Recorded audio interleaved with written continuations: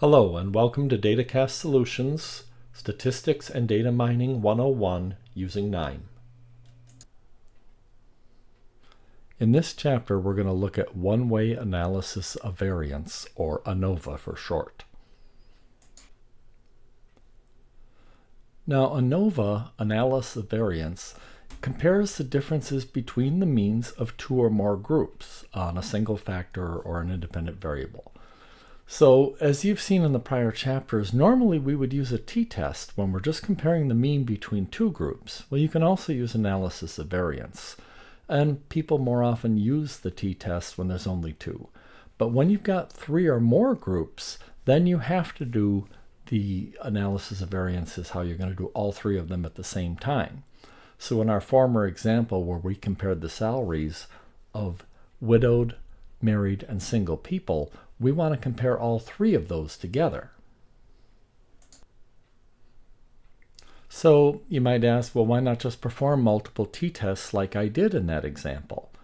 Well, the problem is that every time you perform a test, you run the risk of a type 1 or a type 2 error.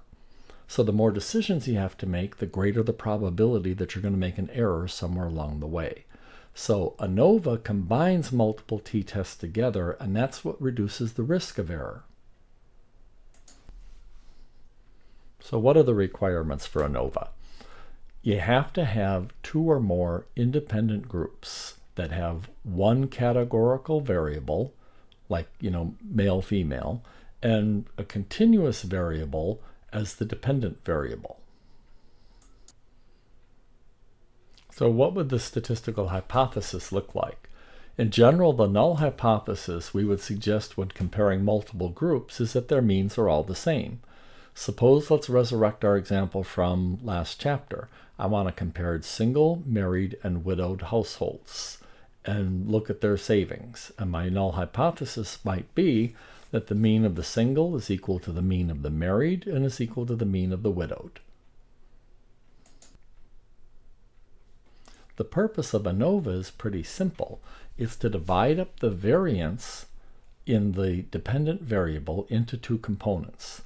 The variance that's attributed to between group differences, the married, single, and widowed, and then the variance attributed within the group, the differences, that's the random error. What we're trying to ask and answer with ANOVA is the amount of the variance between members of a different samples large or small compared to the average amount of variation within each sample? Here you see it visually. I've got three samples and the mean is marked as that yellow line, and you can see that the variance between groups is the distance between the means.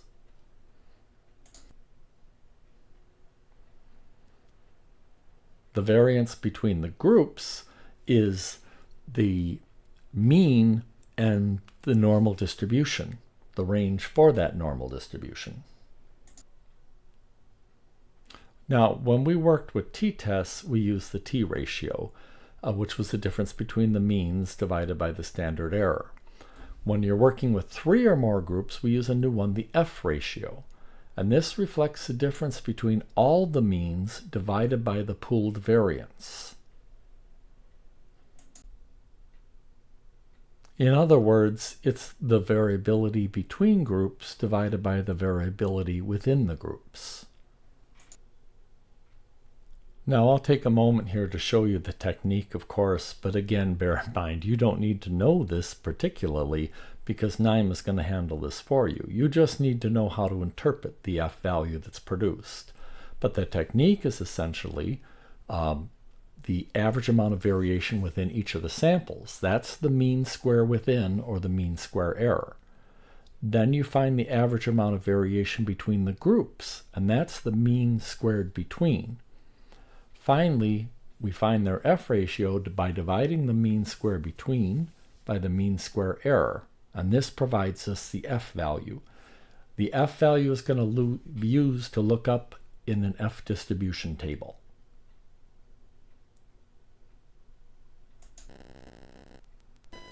So again, using my prior example, I want to compare the average monthly savings from a single, married, and widowed employees. I believe they save at equal rates. So my null hypothesis is that the mean of single equals the mean of married equals the mean of widowed. And I'm planning to use a significance level of 0.05 for this test. So let's go ahead and perform an analysis of variance using KNIME. So I've used the table creator node, and like I've done in most of my examples, and I've created some sample data. So I have this column marital status and savings amount, and I've got values you see for widowed and married people, and I've got some values for single people and where their marital status is unknown. So I've got 4 different groupings here. So I usually like to begin by going ahead and executing a bar chart and see what this looks like visually. It just helps me level set an understanding of whether I think I can expect in the analysis of variance. Well, I'm looking right now and saying the savings amount for widowed people is 537, married is 185. I can look at these 3 and say there's a pretty good chance that could be just sampling errors. But that one, I'm not going to be shocked if the analysis of variance tells me at the end all these means are not the same, because visually I got a good clue that they're probably not. But let's go ahead and do it for sure. Now we'll execute this, and the grouping column is marital status. I want 1 for each marital status value, and I'm going to use a 95% confidence interval, and I'm going to do it on the savings amount. So I'll execute and open the view, and now I can see the mean value for the widowed, married, single, and unknown. Okay. The Levine test is showing me right now that the p-value is well below the 5% threshold that I've established, which means my confidence in this value down here is very strong. Now I'm looking and saying I've got the distance between groups right now 16.8624, and the probability of it is very far below the 5% threshold. Now, one of the things I really like about Microsoft Excel when they do an analysis of variance is they tell you the F critical value, which is the spot in the F distribution whereby this is meaningful, that confirms there is in fact a difference between the means. KNIME does not provide that value for me, so I'm going to have to look that up myself. To do that, I need to know the degrees of freedom. I need to know basically for the degrees of freedom for the numerator and for the denominator. Now, I've got 4 groups, and so my degrees of freedom is going to be 3. And the degrees of freedom I have will be 178 for the number of values that I'm comparing. So using that lookup table and my 95%, I'm going to go into the internet, and I pulled up a little F distribution table here on the internet. Just doesn't matter where they're all over the place. Now, this table is when you're doing a confidence level of 0.10, so I don't want that version. Here's a table, an F table distribution, where your confidence interval, you did a 95%, so the alpha is 0.05. Now, I can start with my degrees of freedom for the numerator is 3, so I'm coming down this column right here, and I'm going to scroll down, and you're going to see that they only cover up to 120, and then it's going to stop there and say everything beyond it'll use infinity. So my F critical value is going to be 2.6049. With that F value, come back here, if I'm looking for 2.6 and my F value actually right here is 16, I am well above that threshold, which means this value I can now be certain that there is a difference between the means. They are not equal. I can reject the null hypothesis. A common technique used by researchers to minimize the errors in ANOVA analysis is to adjust the significance level threshold from 0.05 to a formula, where that formula would be 0.05 divided by NGC, where that's the number of groups being compared in the ANOVA. So like in my prior example, I had a 0.05, but I was comparing 4 groups together. So I would divide 0.05 divided by 4.